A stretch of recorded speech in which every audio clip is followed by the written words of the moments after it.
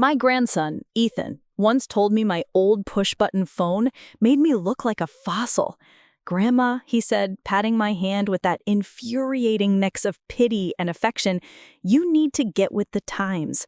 What he didn't know was that while he was busy mocking my dinosaur technology, I was using it to record a very interesting conversation.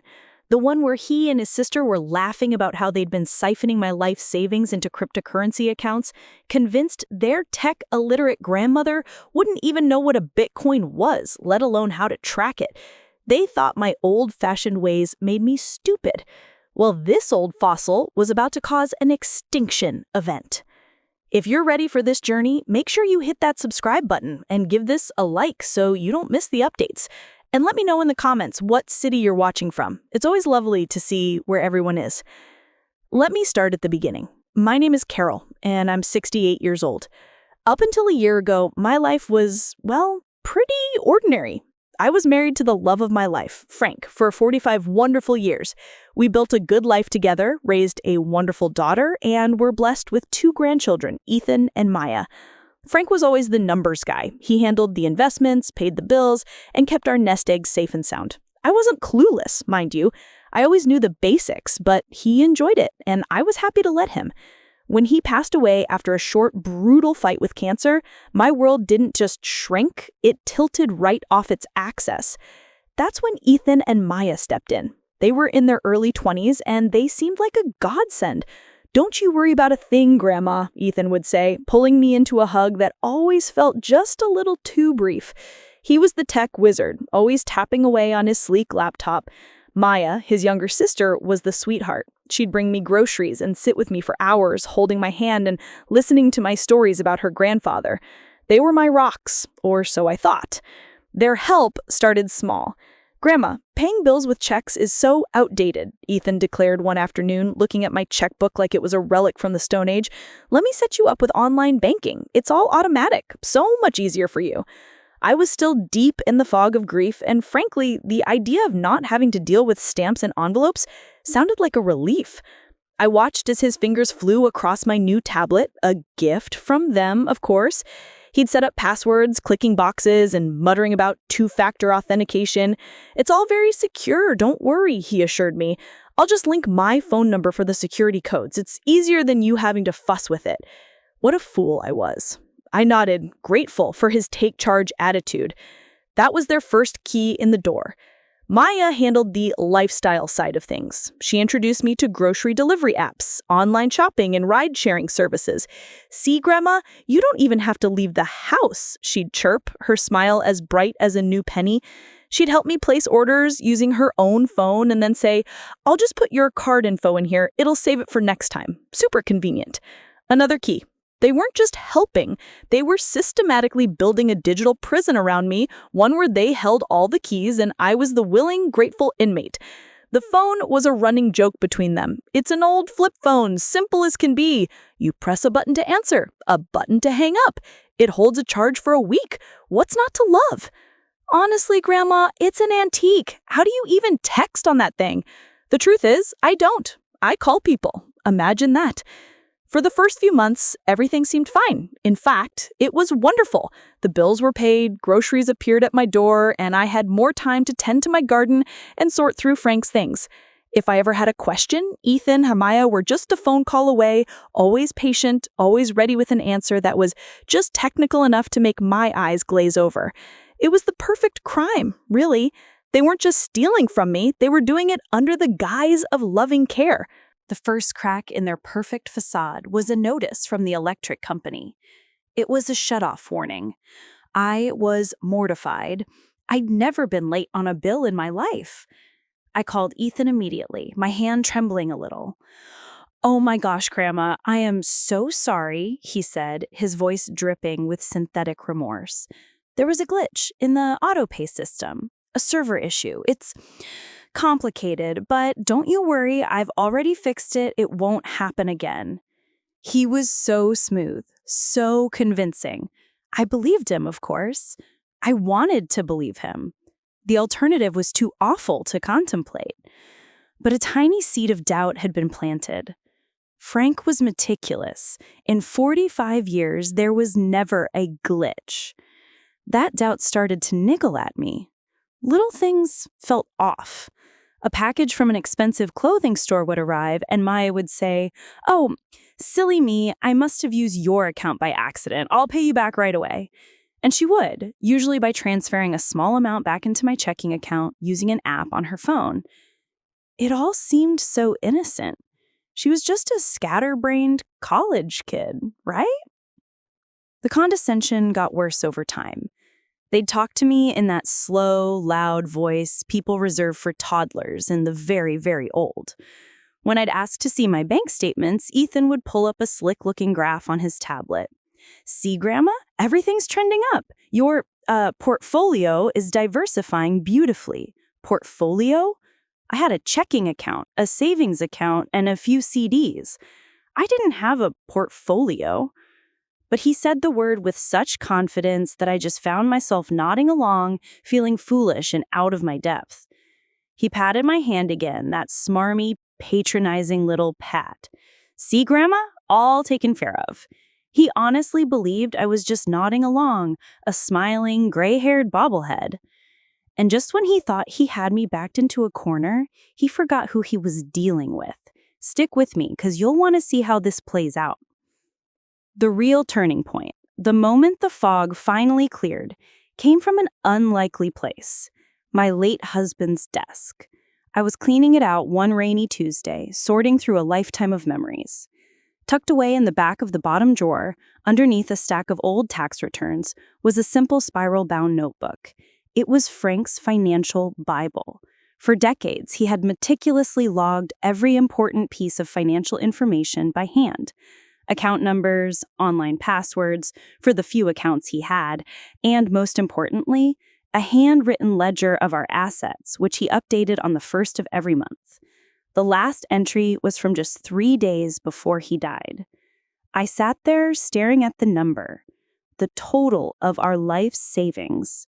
It was a healthy number, a number that was supposed to see me through the rest of my years without a single worry. Driven by that little seed of doubt that had been festering for weeks, I made a decision. I wasn't going to ask Ethan to show me one of his confusing charts. I was going to do things the old-fashioned way. The next morning, I put on my good coat, walked down to my local bank branch, and asked to speak with the manager, a pleasant woman I'd known for years. "Helen," I said, forcing a calm I didn't feel, "I'd like a full printout of all my accounts. Every transaction for the last 8 months, please." She smiled warmly. "Of course, Carol. Computer trouble?" "Something like that," I mumbled. I sat in a chair by her desk as the printer hummed away, spitting out page after page. When she handed me the stack, it was nearly an inch thick. I thanked her, tucked it into my oversized purse, and walked out of the bank with my head held high. I didn't look at it until I was back in the safety of my own living room, a cup of strong tea in my hand. I spread the papers across the dining room table and pulled out Frank's ledger. At first, I didn't see it. The regular payments were there: mortgage, utilities, insurance, the grocery delivery charges, a few online purchases that Maya had accidentally made. But then I saw the transfers. They started small: $200 here, $500 there. The memo line was always gibberish, a random string of letters and numbers, like Binance transfer or Coinbase purchase. Then they got bolder: $5,000, $10,000, another $8,000. These weren't mistakes. These weren't glitches. These were targeted, systematic withdrawals. I felt the blood drain from my face. My breath caught in my chest. The room felt like it was closing in on me. I laid Frank's notebook next to the bank statement. I did the math. Once, twice, 3 times. The number was undeniable. Over the past 8 months, my darling, helpful grandchildren had stolen more than $92,000 from me. They had gutted the nest egg my husband and I had spent nearly half a century building, and they had done it while smiling at me, patting my hand, and telling me how much they loved me. The tea in my cup had gone cold, but a fire was starting to burn in my stomach. A cold, hard, vengeful fire. They thought I was a dotty old woman who couldn't work a smartphone. They were about to find out just how wrong they were. For a long time, I just sat there at the table, the printout spread around me like the wreckage of a shipwreck. My husband was gone, and the life raft he'd left me had been systematically punctured by our own grandchildren. The grief I felt was sharp and terrible, a fresh stab on top of an old wound. How could they? How could Maya, who I'd taught to bake, and Ethan, who used to fall asleep on my lap listening to stories, do this? But as the hours ticked by and the sun set outside my window, that grief began to curdle. It hardened into something else. It became a cold, sharp-edged resolve. Crying wasn't going to bring the money back. Confronting them would be pointless. They would lie, they would twist it, call me confused and paranoid, gaslight me into believing I was the crazy one. They'd already built that narrative, hadn't they? Poor Grandma, she's so lost since Grandpa passed. They'd use my age and my grief as their shield. No, a direct assault was a fool's game. This required something Frank would have appreciated, a strategy. My first move was to play the part they'd cast me in. The very next day, Maya called, her voice as sweet as sugar. "Just checking in, Grandma. Did you get the delivery from Safeway?" "Oh, yes, dear. Thank you so much," I said, pitching my voice a little higher, a little more fragile than usual. "I don't know what I'd do without you." I let my voice crack just a tiny bit at the end. It was shameful, the way I manipulated her, but they had taught me the rules of this new, ugly game. "Of course, Grandma. Anything for you. You just rest and take it easy." Oh, I'd be taking it easy, all right.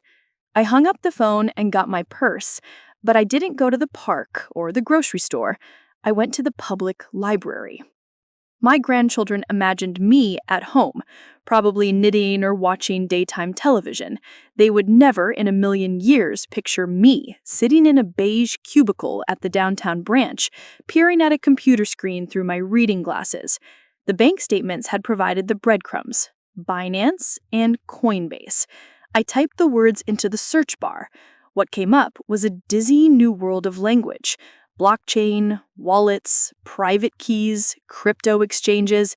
It was overwhelming, designed to be confusing for people exactly like me. But I'm from a generation that learned to balance a checkbook to the penny and could do long division on a napkin. I have patience. I spent 3 hours that day and every day for the rest of that week just reading. I learned that cryptocurrency was like digital cash, largely untraceable and unregulated, the perfect tool for a thief who wants to hide money.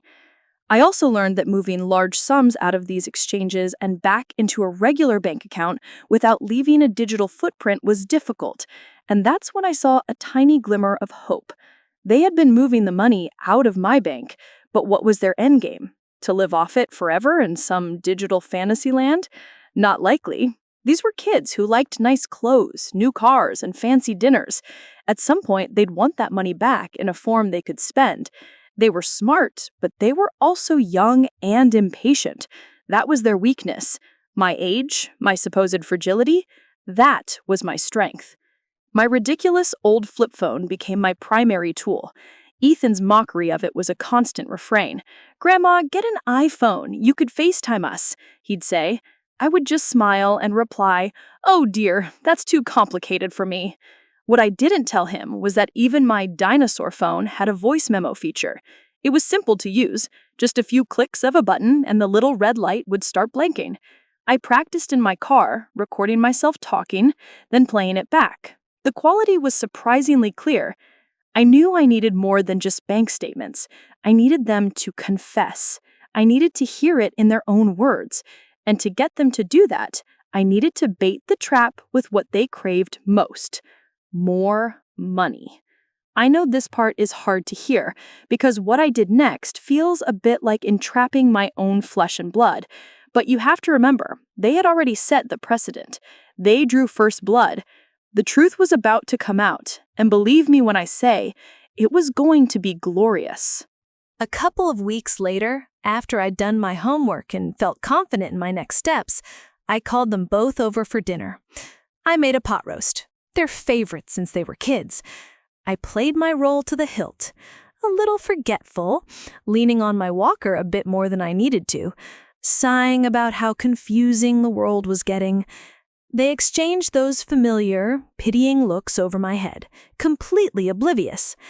As we were finishing dessert, apple pie from my mother's recipe, I folded my hands on the table and put on my most earnest, serious expression. "Ethan, Maya," I began, my voice wavering just so, "I've been doing a lot of thinking. I'm not getting any younger, and all this money stuff Frank left behind is just so complicated." They leaned in, their eyes glinting with a predatory interest they thought I couldn't see. "Your grandfather had some old bonds, stock certificates, I think, tucked away in his safe deposit box." I lied, my heart beating a steady, determined rhythm. "I had them appraised. It turns out they're worth quite a bit, almost $100,000. I saw a flicker of raw greed in Ethan's eyes before he masked it with concern. Maya put her hand on my arm. "Wow, Grandma, that's amazing. That's wonderful." "Well, it's a headache for me," I sighed, waving a dismissive hand. "And I was thinking, you two are so smart with money. That online stuff you do. I was wondering if you could invest it for me. You know, the way you've been handling my other accounts. It's all done so well, I never have to worry about a thing." This was the moment of truth. My flip phone was on the sideboard, tucked inside my knitting bag. The record function was on. The room was silent, except for the ticking of the grandfather clock in the hall. Ethan sat back, a slow, smug smile spreading across his chest. He couldn't help himself. He thought I was handing him the keys to the rest of my kingdom. "Well, Grandma," he said, puffing out his chest, "we could definitely help you with that. The normal stock market is so slow, you know. The real money is in crypto. It's what we did with your savings account to protect it from inflation. We put it into a diversified digital portfolio. That's why your statements might look a little confusing if you don't know what you're reading." Maya chimed in, the dutiful supporting actress. "Exactly. Think of it like a new kind of high-yield savings, Grandma. We move the money somewhere safe where it could grow. It's so much smarter than just letting it sit in the bank." I pretended to be confused, frowning slightly. "So that money, the $92,000 or so from the savings account, it's not gone? You just moved it?" Ethan laughed. It was an ugly sound. A sound full of arrogance and derision for the foolish old woman he thought he was playing so perfectly. He said, "Gone? Of course not, Grandma." He leaned forward as if sharing a grand secret. "It's in the blockchain. It's safer there than it ever was in that musty old bank. We've already doubled a portion of it. You should be thanking us." My blood ran cold, but I kept my face placid. "Oh," I said softly. "Oh, I see. So you're saying you took that $92,000, put it into that Bitcoin stuff without telling me, and now you want to do the same with this money?" "It's for the best, Grandma," Maya said soothingly. "We're protecting you, protecting your legacy." "Yes," Ethan added, sealing his own fate. "Every single dollar. It was our only option." I let the silence hang in the air for a moment longer. I had it. Right there on a cheap piece of plastic they thought was a joke, I had them. Cold, arrogant, and in their own damn words. I took a slow sip of my water, looking at the two people who carried my blood and had shattered my heart. They just smiled back, already counting money that didn't even exist. I let them leave that night floating on a cloud of self-satisfaction. They promised to start the process of moving the non-existent bond money into their digital black hole. Ethan even had the gall to pat my shoulder and say, "Don't you worry your pretty little head about it, Grandma. We're the experts." I just smiled a tired, grateful smile and watched them walk out the door, the sound of my grandfather clock in the hall, marking the seconds of their freedom ticking away. The next morning, I didn't go to the library. I went to see an old friend of Frank's, a retired police detective named Sal. We'd known him and his wife for 30 years, played bridge with them, and went on cruises together. He was a straight shooter, sharp as a tack, even in his 70s, and someone I could trust implicitly. I sat in his cozy den, which smelled of old books and pipe tobacco, and I laid it all out. The bank statements, Frank's ledger, and the small, unassuming flip phone. I was so afraid he'd be like the others, that he'd look at me with pity. Instead, his face, weathered from decades of seeing the worst in people, hardened with each word I spoke. When I was finished, I pressed play on the phone. The audio wasn't crystal clear. The ticking clock was in the background, a plate clinked at one point, but their voices, Ethan's arrogant baritone and Maya's saccharine sweetness, were unmistakable. We put it into a diversified digital portfolio. It's in the blockchain. Every single dollar. Sal listened intently, his expression unreadable.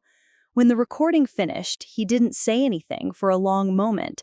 He just picked up my flip phone, turning it over in his big, weathered hands. "A dinosaur, huh?" he finally said, a small, grim smile touching his lips. "Carol, this is good. This is really good." He explained that financial elder abuse was a serious crime, but often hard to prove. It became a messy he said, she said, especially when family was involved.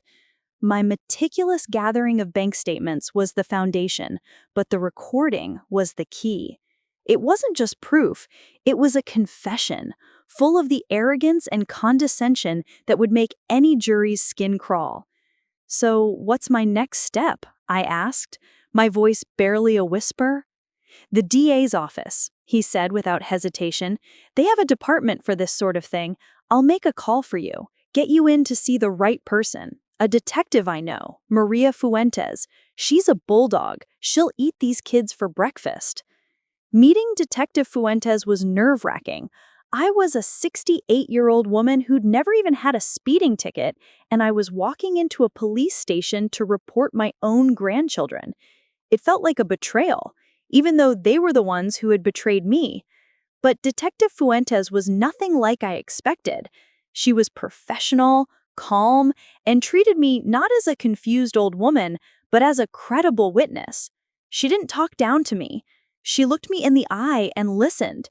She took my file of statements, made a copy of the audio from my flip phone, and assured me she would be in touch.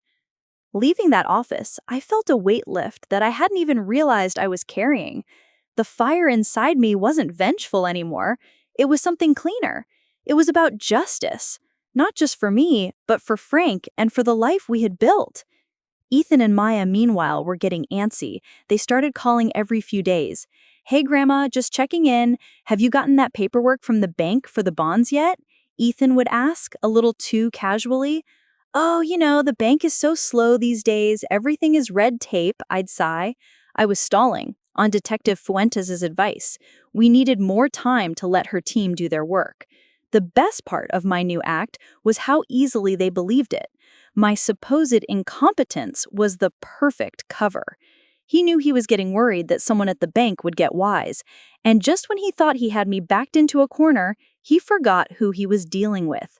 Stick with me, because you'll want to see how this plays out. The breakthrough came a few weeks later. Detective Fuentes called. She had obtained a warrant. Not for my grandchildren's arrest, not yet, but for the transaction records of the crypto exchanges they'd named. Using the information from my bank statements and the dates of the transfers, her department's financial crimes unit started to unravel the digital thread. It was more methodical and more cynical than I could have imagined. They had created dozens of different wallets, like digital accounts, and were bouncing the money between them, a process called tumbling, designed to muddy the trail. But Ethan, for all his tech-savvy bravado, had made a rookie mistake. A few of the accounts were linked to a university email address, his university email address, the one he had since he was a freshman. In another instance, to open one of the exchange accounts, he needed to upload a photo of his driver's license. He had used his own. He was so convinced I would never figure out the first step that he got sloppy on steps 2, 3, and 4. His arrogance had made him careless. Detective Fuentes laid out their plan for me. It was breathtakingly cruel. They were systematically moving my money offshore to exchanges with lax regulations. Their goal, she explained, was to wash it, then slowly reintroduce it into their own U.S. bank accounts, likely claiming it was from online winnings or freelance work.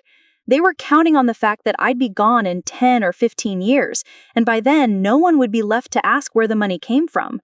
They weren't just robbing me of my savings, they were robbing me of my future, betting on my death to complete their crime. It was time to spring the trap. The plan Detective Fuentes and the assistant DA devised was simple but elegant, and it required me to give the performance of a lifetime. I called Ethan and Maya and told them I had the bond certificates at my house. The bankers said I need you both here to sign some papers to release the funds into a new investment account, I said, my voice fluttering with aged confusion. Can you come by tomorrow morning around 10? We'll be there, Grandma, Ethan said, his voice buzzing with anticipation. Don't you sign a thing until we get there. We'll handle it all. Oh, I wouldn't dream of it, I said. It's far too complicated for me. The next morning, I was a wreck of nerves, but I steeled myself. I brewed coffee. I set out a plate of store-bought cookies.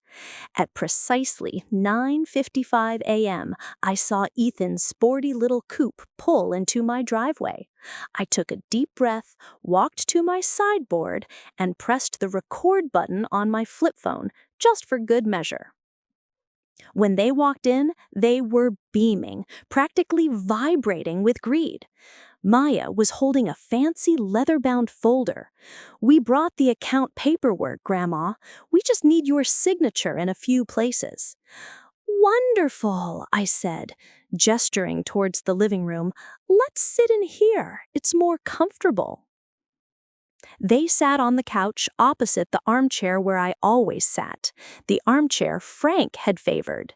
They opened the folder on the coffee table, but before they could start their spiel, there was a firm knock on the front door. I looked at them, feigning surprise. Oh, who on earth could that be? I said, slowly getting to my feet. Excuse me for a moment. I opened the door to find Detective Fuentes and another plainclothes officer standing on my porch. She gave me a slight, reassuring nod. Carol Jensen? She asked, in a formal voice that carried clearly into the living room. Yes? I'm Detective Fuentes. We need to speak with Ethan and Maya Jensen. She didn't wait for my permission, but walked past me, her partner following right behind. The change in my grandchildren's expressions was instantaneous and glorious. The greedy smiles vanished, replaced with masks of pure shock and panic. Ethan jumped to his feet. What is this? Who are you? He demanded, his voice suddenly 3 octaves higher. Detective Fuentes didn't look at him. She looked at Maya, who had frozen, her face chalk white. Then her gaze landed on Ethan. Ethan Jensen, she said, her voice calm and even, I have a warrant for your arrest, and for yours, Maya Jensen, for the crimes of grand larceny and financial elder abuse.